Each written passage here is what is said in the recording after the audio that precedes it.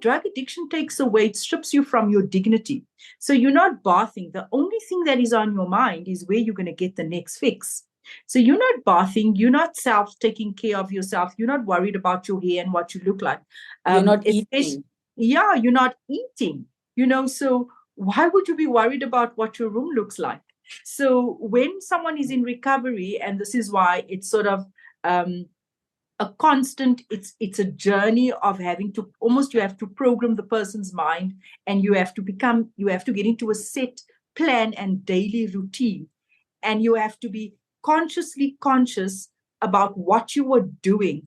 I have to wake up, I have to clean my room, I have to take the cup out of my room, I cannot leave it there. It's a constant conversation with yourself, and that is very hard in itself. So that means you then need to make sure that you stay connected to a support group, because that support group would remind you of, obviously, the trauma you had put your family through, and the support group would also then highlight to you the fact that when your parent or your mother or whatever sees your room untidy and it just looking chaotic, that takes her back to a space of trauma.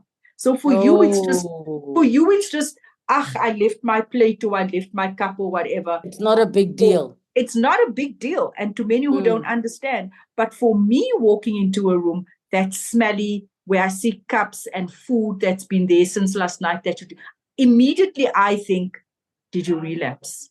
Oh, yeah, I never thought of it that way. Yeah, because if a person, our version, and by our, I mean those that have never had to battle addiction like that, our version of, a person's just doing normal adulting things is clearing your coffee cup, blah, blah, blah, like you said, the plates. But that now already says what's not going right in your life. Have you relapsed? And I think you've explained that so exceptionally well in a way that many of us don't think about, because I was wondering to myself, since our last time together, did he face any relapses? And if so, how was he able to get back on the journey of recovery? Because it's easy to feel like, well, now I'm starting from zero, I might as well give up. Yeah, he relapsed in between. I'm not sure. I think everyone's seen at one stage there was a video circulating where I was sitting when I relapsed in behavior, where I was sitting in front of the flat, and I think it was almost like 6 years of sobriety, and my laptop went missing, and I eventually found out that someone bought it at the flats up the road where I live. And the Sunday morning, I just decided, you know what, I've had enough, because it was the same dealer that sold drugs to him back then, and they continued to sell despite the fact that we have basically reported this place several times to the police. And that Sunday morning, I just thought, I became so emotional. And this is why I said I relapsed in behavior, because I always tell people, oh, don't throw your toys out of the cart. Relapse happens and whatever. But when it happened to me, it was something completely different. I was like, basically. I lost it completely. I was like, I am not having this. I am going to camp out there. I got there. I asked for my laptop. They gave me some, I don't know, crazy stories. We buy and sell things because community don't have and people don't have and whatever. And I went outside. We got into a physical altercation. It was actually women. I almost got thrown off the stairs that day. And when I got downstairs, I was very emotional. I was there crying and all of that. And I said, I want my laptop. But as much as what I said, I want my laptop, I'm not leaving here. It wasn't that much afterwards when I was reflecting on what had happened. It wasn't that much about the laptop. It was about the fact that you want your son back. Am I back here? Am I back here after all this time? And I took out my camp chair.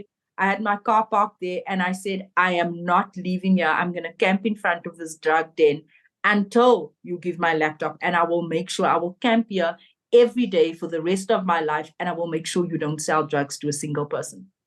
Next minute, I went live on Facebook. You had community showing up. You had SAPs coming. It was chaotic. They had to remove me from there.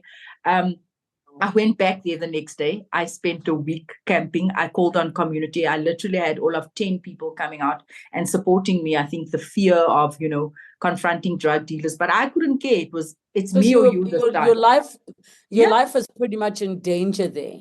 Yeah, but I also thought that whether I'm sitting there or whether I'm at home, my life is still going to be in danger if I'm going to be back here again. So it doesn't matter. So if you feel like taking me out, let's see who takes each other. Let's take each other out.